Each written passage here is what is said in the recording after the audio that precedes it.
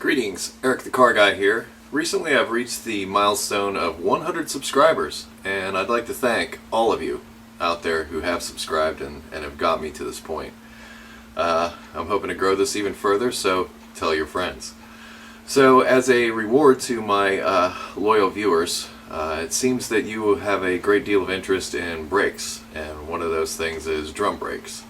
This is a two-part video that covers the removal and replacement of the brake shoes on a vehicle.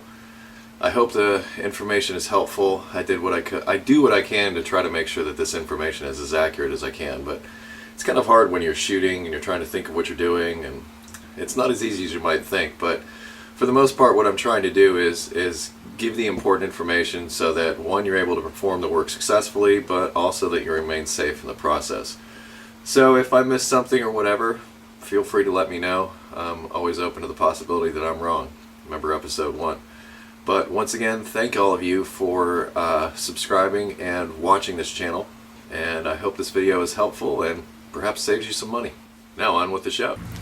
Alright, step 1 is cleaning. You want to get all the gook off of here that you can.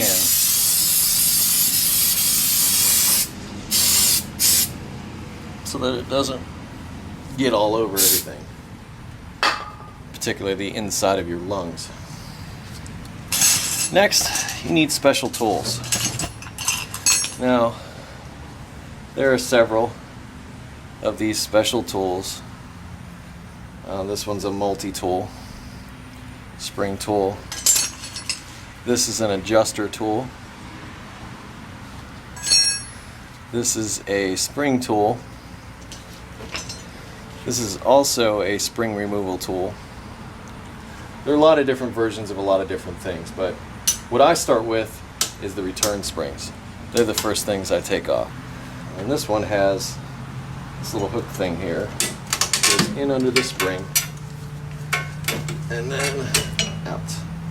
Now, if you think you might have trouble remembering where all these little springs and everything go, there's a couple of different things you can do. One, you take a picture before you start, and that will give you some idea, and it's the opposite on each side, so make sure you take that into account. But the other thing you can do is when you set these things down in the direction that they go, do that for each one of these and the order that they're in.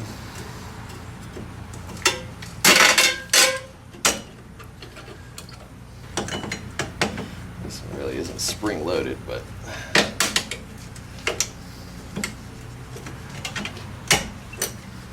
there you go. This one was hooked into the top of this R and up to here. Okay, next you want to undo these. All I have to do with this particular type, which I have not seen before, is just take it and twist it. Same thing on the other side. Just grab it, lift it up, and away you go. You notice this little spring fell out, and it goes in here on the parking brake assembly against the inside of the shoe and pivots up here. Looks like we have a little pivot on this back side. Keep all our stuff organized. And at this point, you should be able to just grab a shoe and pull it off. And what you'll notice down at the bottom is your adjuster has a spring on it, and just curl this over and your shoe will come out. You notice on this one went down to the rivets. Not a good thing when they go down to the rivets. We'll be replacing drums on this today.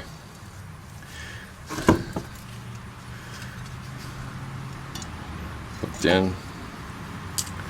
This is actually part of the adjuster. You'll deal with this in a minute. This one's actually going to be relatively easy. But this is your adjuster. Ooh, get off. Notice how one shoe is shorter than the other.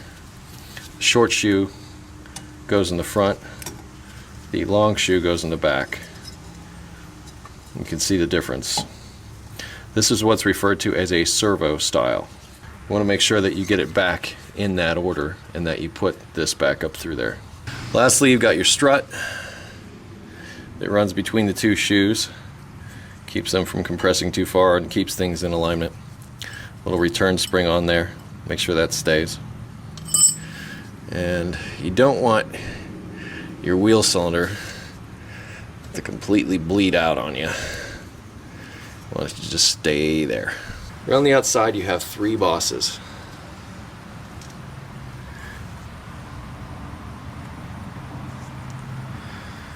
And that is where the shoe will come in contact. So the back side of the shoe here will come in contact with the backing plate here, and it needs to be able to move freely. What I do is I'm going to come in here with some sandpaper. I usually use a grinding wheel, but sandpaper will do. Come in with some sandpaper, clean these up a little bit, and lubricate them before installing the new shoes. A little piece of sandpaper. I've seen backing plates worn through at these junctures, and pretty much what you have to do at that point is replace it. It's much more effective with a whiz wheel. You want to get rid of as much of the ridge as you can. I've seen people with welders weld these things up and then grind them back down, or it may come to the point where you have to replace this backing plate. In order to do that, you rotate these holes around so you can gain access to each of these fasteners around the outside, and you can remove this whole hub assembly, and behind it is the backing plate. You also have to remove the wheel cylinder. Okay, now that you've got that done, I use an anti-seize compound. That's about as liberal as I get. Next thing I'm going to do is around the outside of this, so that the next time I go to take the drum off, it comes off. Okay, now it's time for the shoes. Remember, you had 1 short shoe, 1 long shoe. Grab 3 of them and you'll find which is which. Remember, the short shoe goes in the front. One more thing we forgot to do, and that's get this little arm off here. This is very simply done, especially with this type. There is another type that's sort of squeezed together. This is what's referred to as a C-clip. Sort of stick a screwdriver in there and twist it, pull it out. You'll be able to get the arm off. Don't lose your C-clip. Take your peg with you. Don't destroy the shoes or throw them away. Sometimes there's a core on these shoes, so you need to return them at times in the original box to your parts dealer. If you don't remember, like I don't remember, which hole it went into, you can always look for where the rust was, and it goes into the top hole. Put it through there, flip it over. You got your arm. Now, same with this. You need to remember where this went, because it still needs to hook into the parking brake, which is down here, and it needs to hook in this direction.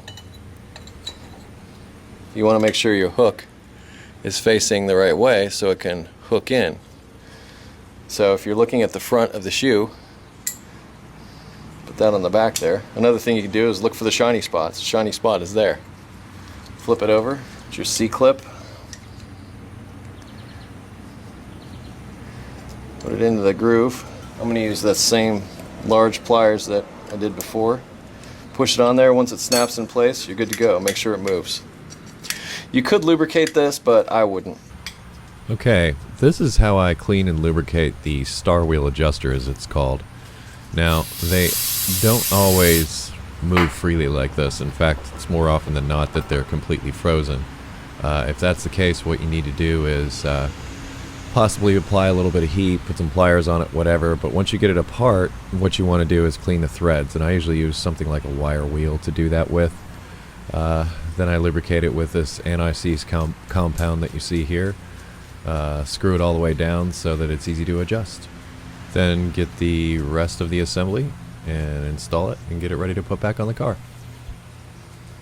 If I remember correctly, the star wheel went on the inside here. And there was a spring. If you get it, it's usually a good idea to replace the hardware, which is all these springs, but in this particular job we didn't have that in the budget. You may be in the same boat. But if you have a hardware kit and you're trying to figure out what spring goes to what, notice this one's got a funky bend on it. The reason it's got that funky bend is so that it clears the star wheel when it's hooked in. So you want to make sure that it's able to do that. So if this were the other side, it wouldn't clear. So this is the correct spring for this side. Got my short shoe. I can hook it in here. And then sort of put it in just like that. So you're half assembled here before you ever put it on. And get your little hook ready to hook in down underneath, and then just raise it up. Oh, we forgot a little truss. If you want to know which way the truss goes, take a look here and you'll see this is stepped, just like this is stepped. So you can see that the truss on this one goes in with a spring facing forward, and it's stepped in the back. We had a little friend that went over the pin, went into the shoe. Outside of that, we had our adjuster. On the bottom of our adjuster, we had our little spring. That spring may or may not be necessary now, but I'm going to try to put it in. Now, I'm going to put it in after the fact. You want to put your shoe in the position it's going to be in when it is nailed down, and try to get your nail to come out as accurately as possible. And it looks like I've never done these before, but that was actually pretty easy. So I'm pretty happy to see that that worked out pretty well for me. So now that I've done the back side, I'm going to go and do the front. Now, if memory serves, there were no hooks or anything on this one, or anything special. I really like these. I'm going to try to get my little spring wedged up in here.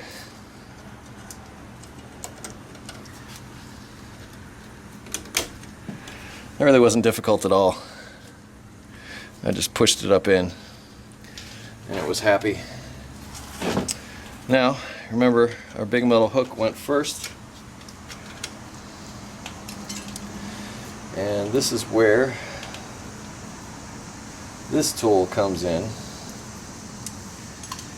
And some of these are different, but you see this little indentation here is made for going around the top of this adjuster. So you can just go through this spring or what have you, get it on its little indent, and just sort of lift it up and pull. This is the way this is supposed to work. The better the tool you have here, the better off you'll be.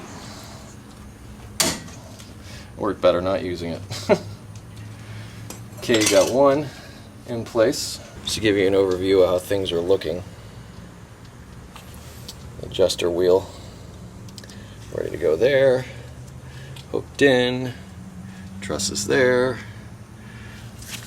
trusses here where it's supposed to be, that's hooked on. Now the spring hooks into the hole, but now this spring is in position. I'm going to also put my other spring into position. I'm thinking that might go into here. There we go. You can always, once again, check the old shoe. You can see where there's a rust mark on the second hole, not the upper hole. You want to make sure that this thing is on there tight and can return after the brakes are applied. Super important.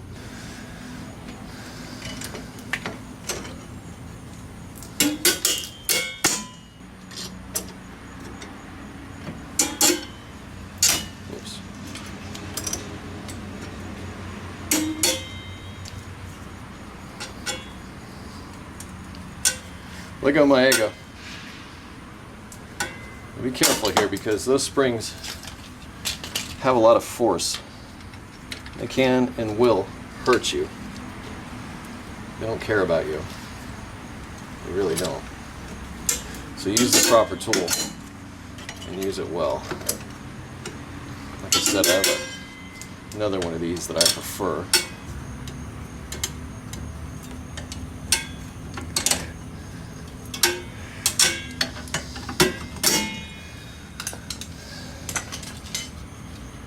And there you have it. Alright, now everything's together. Push in on the wheel cylinder to make sure that that can work like it's supposed to. And everybody's happy.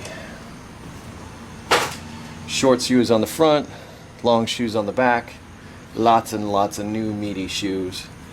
It takes a long time for rear brakes to wear out. I've seen them last over 100,000 miles. They don't do as much of the braking. Only about 25, 20, 30%. Now if you're putting new drums on like I am, they're coated with something called cosmoline. And what that is it's a rust inhibitor. It's good that it's there or else you'd pull a rusty drum out of a box.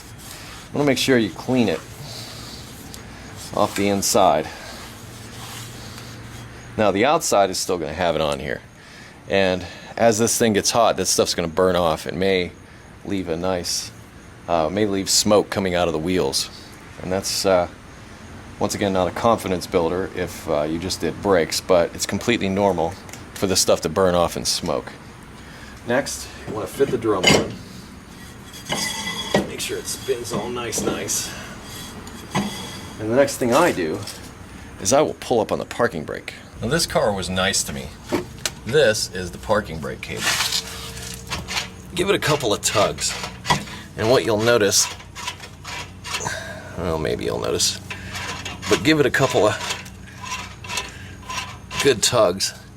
And what that does is that will center the shoes inside the drum. It'll work the shoes on the inside of the drum, and you want to get them ready for the adjustment. Now, this is where the magic happens. All right. Everything about your brakes, or how your brakes feel, boil down to how well the rear brakes are adjusted. So what you want to do is you want to get that adjustment as close to the inside of the drum as you can without it making contact with the drum. And you do this by turning this wheel.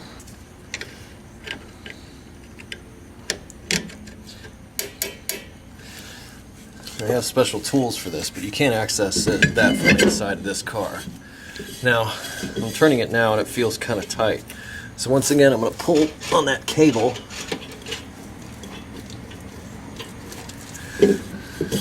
And as you can see, it was tight, but now it's not. Now that actually feels pretty good. But I'm going to finish up work on the other side and then recheck it. You want to push in on this when you're checking it, because when the wheel is bolted down, it sits flush.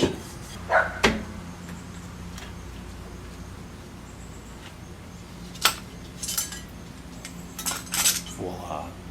Probably the hardest part of any drum brake job is making sure that everything gets back to where it's supposed to and it moves properly. On this particular set of brake shoes, they were kind enough to leave me a diagram of how everything goes back together. This may not always be the case where you can take a picture or do whatever it is you have to do in order to get everything back and working properly. Okay, thank you so much for watching this drum brake tutorial. I hope it was helpful to you. I hope you were able to save a couple of bucks, possibly do this yourself, and hopefully all of your digits are still intact. You can always visit me at EricTheCarGuy.com and post a text or video response to this video and let me know what it is you want to see, what you want to know. I'm Eric the Car Guy. Stay dirty.